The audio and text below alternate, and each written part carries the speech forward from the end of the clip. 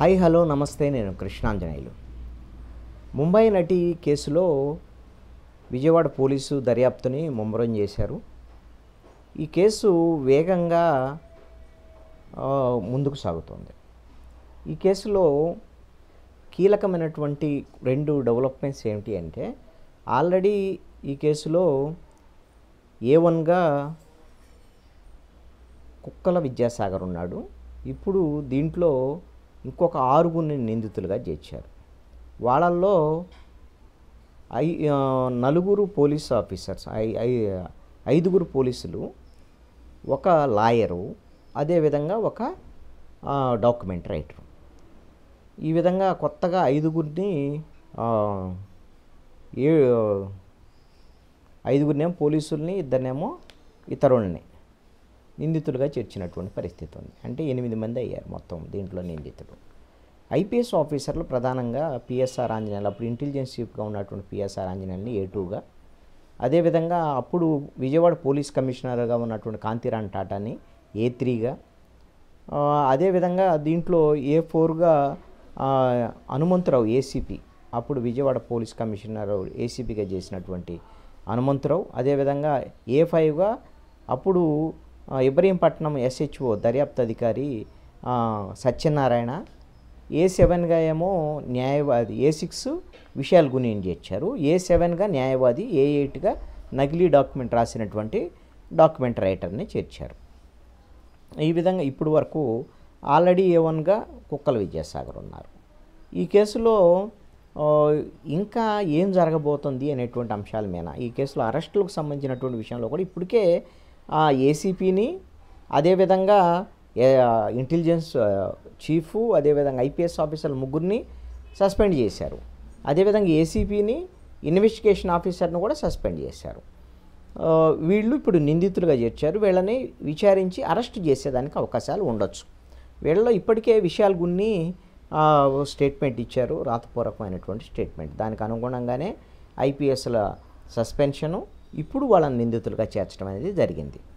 అయితే ఈ కేసులో తమని అరెస్టు చేయవద్దు అని, అరెస్టు నుంచి తమ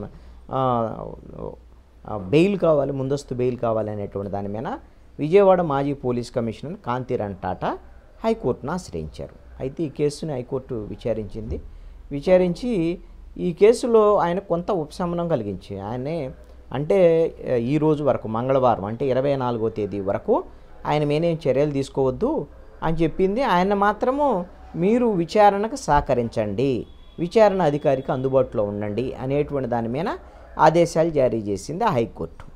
కాబట్టి ఆయనకు కొంత రిలీఫ్ వచ్చింది. అలాగని ముందస్తు బెయిల్ ఇచ్చినట్టేం కాదు. ఈ రోజున విచారణ ఉంది. ఆ విచారణ తర్వాత అసలు ముందస్తు బెయిల్ ఇస్తారా లేదనేటువంటి దాని మీద ఆధారపడి ఉంటుంది.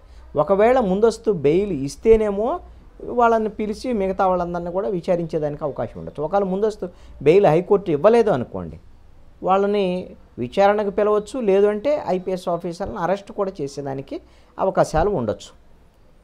ఈ వీళ్ళని నిందితులుగా చేరుస్తారు అనేటువంటి విషయాన్ని నేను గతంలోనే మీకు చెప్పుకున్నాను. ఐపీఎస్ ఆఫీసర్ల సస్పెన్షన్ వరకు ఆగది ఇది, వాళ్ళని నిందితులుగా కూడా ఖచ్చితంగా చేరుస్తారు అనేటువంటి విషయాన్ని.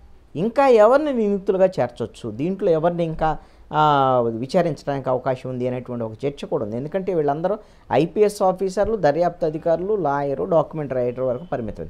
దీంట్లో కీలకమైనటువంటి అంశం ఏమిటి అని అంటే, అప్పుడు ప్రభుత్వానికి సంబంధించినటువంటి వాళ్ళ ఇన్వాల్వ్మెంట్, అది కీలకమైనటువంటి అంశం.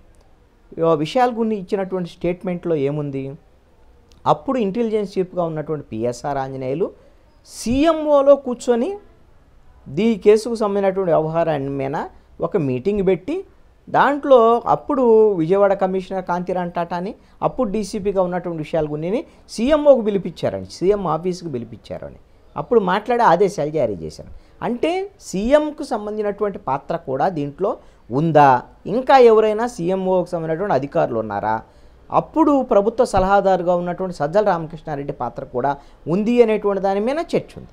మరి అప్పుడు వీళ్ళందరి మీద కూడా ఒకవేళ కేసులు నమోదు చేసేదానికి అవకాశం ఉందా అంటే, ఇప్పుడు ఈ ఐపీఎస్ ఆఫీసర్లని విచారించిన తరువాత వీళ్ళు ఇచ్చేటువంటి స్టేట్మెంట్కి అనుగుణంగా అప్పుడు పోలీస్ అధికారులు ఇచ్చినటువంటి స్టేట్మెంట్ ఆధారం చేసుకొని ఎవరైతే ప్రభుత్వానికి సంబంధించినటువంటి రాజకీయ నాయకులు లేదా అప్పుడు సీఎం కానివ్వండి, అప్పుడు ఉన్నటువంటి సలహాదారు కానివ్వండి, వీళ్ళ మీద కేసులు నమోదు చేసేదానికి అవకాశం ఉండదు. అయితే కీలకమైనటువంటి సజ్జన్ జిందాల్ మీద ముంబై నటి కేసు పెట్టిందనే కదా ఆవిడని ఇక్కడికి తీసుకొచ్చి వేధించి ఆ కేసు ఉపసంహరించుకునేటట్టు చేసింది. కాబట్టి సజ్జన్ జిందాల్ను కూడా ఈ కేసులో విచారించేదానికి అవకాశాలు ఉండొచ్చు. అది కూడా ఆయన్ని మరి నిందితుడిగా చేర్చడానికి అవకాశం అయితే లేదు. ఆయన్ని ఒక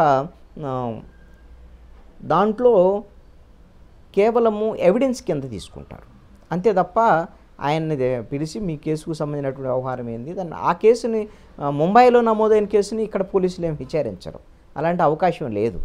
కానీ ఇక్కడ ముంబై నటి మీద కేసు పెట్టినటువంటి అంశానికి ఈ నటి ముంబైలో సజ్జన్ జిందాల్ మీద పెట్టినటువంటి కేసుకి ఇంటర్లింక్ ఉంది. కాబట్టి ఆయన్ని ఒక సాక్షిగా పిలిచి విచారించి ఆయన స్టేట్మెంట్ రికార్డ్ చేయడానికి అవకాశం ఉంది. మరి ఒక వ్యాపారవేత్తని ఒక కేసులో ఇలాగా పిలిచి విచారిస్తే సాక్షిగా అయినా సరే ఏమైనా ప్రభుత్వానికి ఇబ్బందులు ఉంటాయా అంటే ఏమన్నా వ్యాపారవేత్తలు మిగతా వాళ్ళు ఏమన్నా ఇబ్బందులు ఫీల్ అవుతారా అనేటువంటిది మాత్రం మరి ప్రభుత్వం ఆలోచిస్తుందా లేకపోతే ఆయన్ని పిలిచి విచారిస్తుందా అని చూడాలి.